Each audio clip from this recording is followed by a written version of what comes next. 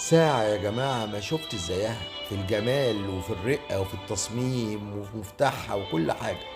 مكتوب عليها آية رائعة: هو الذي جعل لكم الشمس ضياء والقمر نورا وقدره منازل لتعلموا عدد السنين والحساب. ايه الجمال ده! ايه الجمال ده!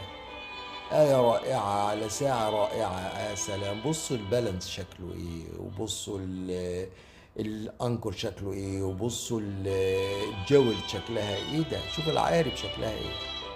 يا سلام، بص المفتاح بتاعها شكله ايه، ارقام بالعربي وارقام بالانجليزي وايام الشهور.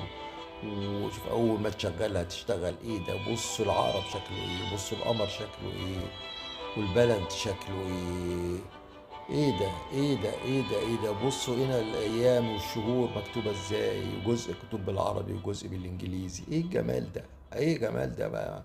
مش عارف، دي تحفه، دي ايه دي؟ ايه دي فكروا فيها ازاي؟ سبحان الله. ومكتوب عليها الايه دي جميله جميله جميله.